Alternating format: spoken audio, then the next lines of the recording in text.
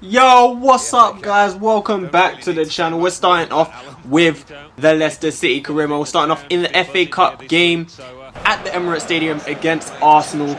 I think this is the round of 16 maybe. I have no idea, to be honest. I think it's around the 16. I could be wrong. But as you can see the lineups right here, Arsenal are coming with a quite strong side. We're coming with a pretty strong side, but we do have some other players who aren't regulars in the team, like Sebastian Van Hove, the centre-back, playing right there. Florian Parker has been getting a few more games than usual, but he's still not a first team regular so much. Starting on the ball there, Fabian Schär playing defensive midfield in this game. It eventually finds its way to Marco Van Ginkel, and he scores another banger. He only seems to want to score bangers from range, into the back of the net, into the far corner. And you know what? I'll take it. Like, I ain't going to complain. Hope he finds him right on the edge of the box. I think it's Debussy who kind of tries to block it but ends up just getting out of the way of it. You see, he just lies on the floor out of the way. Petr Cech, top keeper, but he ain't going to save that one. And I did mention a little bit just before the goal, Fabian Schär playing in defensive midfield in this game for the first time. I knew when I signed him he is a very good defensive player on the ball. You see him on the ball again here. He does play it out wide eventually. It finds Jovetic in the end as he kind of just throws Koscielny off the ball, and Petr Cech makes a very good save from close range. But you see there Schär showing his skills on the ball, nice passing, decent dribbling. But I did check his stats recently, and obviously he's grown a lot since we signed him, and his technical stats are just brilliant. His passing, his shooting, everything about him for a centre-back is brilliant. And I'm thinking maybe in the future he can start playing defensive midfield a little bit more often. Maybe we won't have to sign a defensive midfielder, he can fill in there. And maybe we've got Sebastian Van Hove coming in the future, he could play centre-back for us maybe. So that's a good sign. Schär playing defensive midfield for the first time in this game, as we come back on the attack against Arsenal here. In the 64th minute this time, Jamie Vardy finding Florian Thauvin, taking it out wide, left foot shot off the post. Petr Cech wasn't getting in anywhere near that, but in the end Arsenal do get it clear. 78th minute now, they're getting on their attack of their own. Verratti with the deep cross, Hamer punches it clear. Alexis turns Florian Parker inside out, and Alexis Sanchez is the man who equalises for Arsenal. Sanchez at this point is top scorer in the Premier League altogether, out of all scorers, not just Arsenal, and he's seeming to pick it up in the FA Cup as well. Two of the top scorers in the Premier League, Sanchez and Jovetic, facing off today, and at the moment Sanchez is winning because obviously it's a draw, but Jovetic hasn't scored. Sanchez has pulled his team back into it, and Giroud, with Arsenal on the attack again, finds Alexis Sanchez one more time. He pulls it across, I think, to Marco Verratti, and the referee gives a penalty straight after the first goal for Arsenal. I think Arsenal scored in about the 80th minute.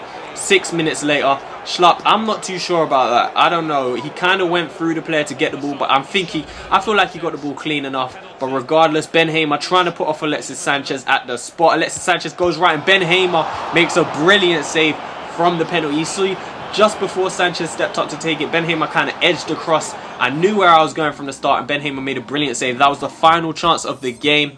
You see Van Ginkel getting man of the match. It is a draw, and we do have an unwanted replay. We didn't really want to replay in this. The fixture pile-up is already crazy. And we're moving from one North London side onto the next one. As Jay-Z would say, we got Spurs at the Leicester City. I don't know why I couldn't think of the name, and now I'm realizing that it isn't even a home game. It's at Shite Hart Lane we're playing. So we got a game at Tottenham, away from home.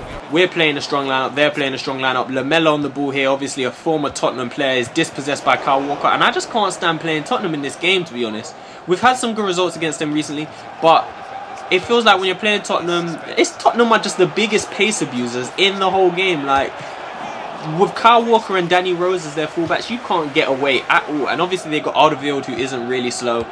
They don't have Vertonghen at the moment because they've given him to Newcastle. But in the second half, a few changes, slight changes were made. Before those changes were made, Lewis Holtby comes in, slid into the defence, nice finish in the back, and Holtby was one of the players who actually came off with those changes. Like I said, before they were made, Holtby puts us in the lead, sets us up to succeed in this match. I did take off Holtby, and I think I put Mahrez in the middle, and I switched both of my wingers just to get some faster players on. I think I brought Rolando Aarons and Thauvin on. Maybe I brought Vardy and Thauvin on actually.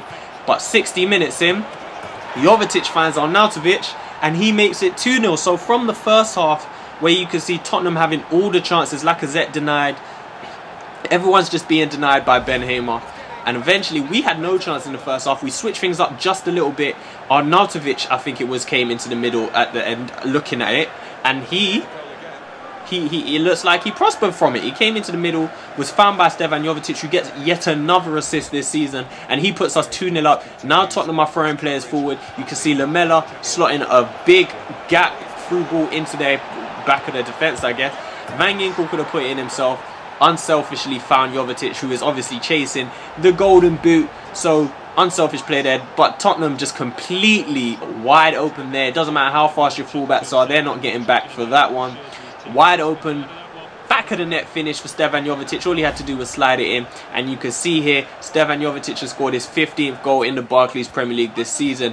Heung-min Son was brought on late on to try and get something for Tottenham, but it wasn't really happening for them. We kept counter-attacking them as they throw players forward. Jamie Vardy's pace, like, they ain't going to catch him. You could be as fast as you want, but you ain't catching Jamie Vardy when he's got that kind of advantage. He sprayed it across the floor on the box, and Florian Thauvin on his right foot. Maybe if that was on his left foot, I don't know. Maybe he would have finished that, but he didn't, so we'll just have to live with that. This time it's Jovetic. Look at the numbers. We got a 4 against, well, 1 kind of here in this attack. Jovetic denied by Lloris. He could have squared it across for a teammate like the teammate squared across for him, but Jovetic was looking for another goal, I guess, and that was the final result. We got out of Shite Hart Lane with all 3 points, continue on our title surge, and it's Marco Van Ginkel again getting man of the match. 2 assists and 2 key passes in this game. He's really stepped up recently. I feel like the whole team, I could say that about most of the starting 11. Like, Mahrez has obviously stepped it up. Jovetic has been brilliant. Arnautovic has been stepping it up. Hope B has been brilliant. Like, it's just, what can you say? But back to the transfer window, and you see news. Matty James has signed for Bolton. He will join them at the beginning of next season, or beginning of the preseason next year. He's just a player. We didn't really have much use for him anymore. He wasn't being used. I don't think he's played a game at all this season. Obviously, with the new centre midfielders coming in, the youth coming in, he just doesn't really have a place. And he's one of the last remaining players of the original Leicester City team. We have a few, obviously, Ben Hamer, Schlapp, Mahrez, Vardy, Danny Drinkwater, players like that. And most of them, I can say, will probably stay for a while. Maybe even till the end. But Matty James, one of the remainders, he is leaving us. We'll thank him for the small service he did for us, but he'll be gone. Probably won't play another game for us, to be honest, as well. Back into the FA Cup replay against Arsenal, this time playing at the King Power Stadium. Florian Thauvin gets down the line after a few saves from Petr Cech, and Gabriel ends up running it into the back of the net in this one. So we are able to take the lead on this again. Florian Thauvin, I've said it quite a lot in the recent episodes, he has really stepped up his game. He's been threatening. He's one of my favourite players to play with at the moment. It seems like every time you take someone on with Thauvin, he seems to beat his man, and he's got a decent enough pace. He's good on the ball, could play on either wing. I like to swap wings a lot. Look at this for a shot as well. Florian Thauvin on his left foot, his favoured foot. Hobie's kind of just laid it off for him that time, and look at the shot. This angle shows how close it was. He kind of laced it, but at the same time got that outspin that you get with an outside of the foot shot, and it's just wide of the post. You see there, 54 minutes in this time, still us coming all over. Well, pause. I almost said coming all over Arsenal. Still Leicester City throwing bodies at Arsenal. Let's reword that. Pause. But that right there, that volley from Jamie Vardy was just wild. That kind of showed what was going on in the second half, why time is passing with no real chances. But we got one here to kill off the game. Jamie Vardy 1-on-1. Petr Cech makes a good save. Can Vardy get back to it? No. It's cleared in the end by Santi Cazorla. But it doesn't matter, because one goal was enough in the end. The one goal wasn't even scored by us in the end. The one goal was scored by a bus in the end. I just wanted to rhyme bars. Let's leave it like that. Man of the match was Tin Yedvai, pretty well defensively. And then we got another player going to Bolton this year, Juan Nunez. I took a while to think about this decision to actually let him go. I wasn't sure. Obviously, he's been playing a lot of football, so I wasn't sure if we should let him go. But if he goes to Bolton, maybe he can get a bit more football. We'll keep an eye on him. If he's not developing right, if he's not playing in, I don't know, the cup games maybe. They're probably out of the cup games.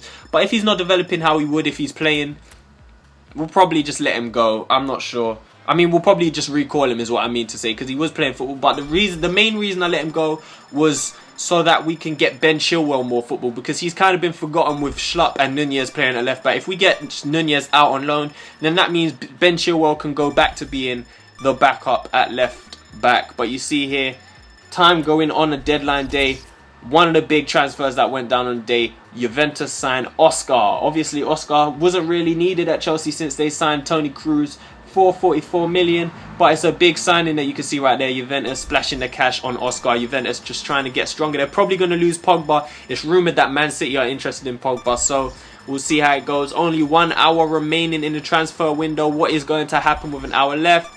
Nothing seems to be going on. So deadline day was very quiet for us. A young player going out on loan to Bolton. And the transfer window as a whole, the only player who came in is Rafael van der Vaart. Not really a first team player, not really a second team player. But that's about it. And we see right there, we signed another youth player on a contract.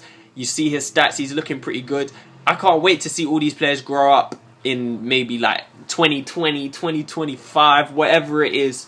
When we see them at their peak all playing together, I can't wait. You can see the table right there. We are 4 points clear at the top. And that's the end of this episode. So if you enjoyed it, subscribe or eat the booty. Whatever you prefer. I don't know. You might be into that shit. But subscribe. Peace.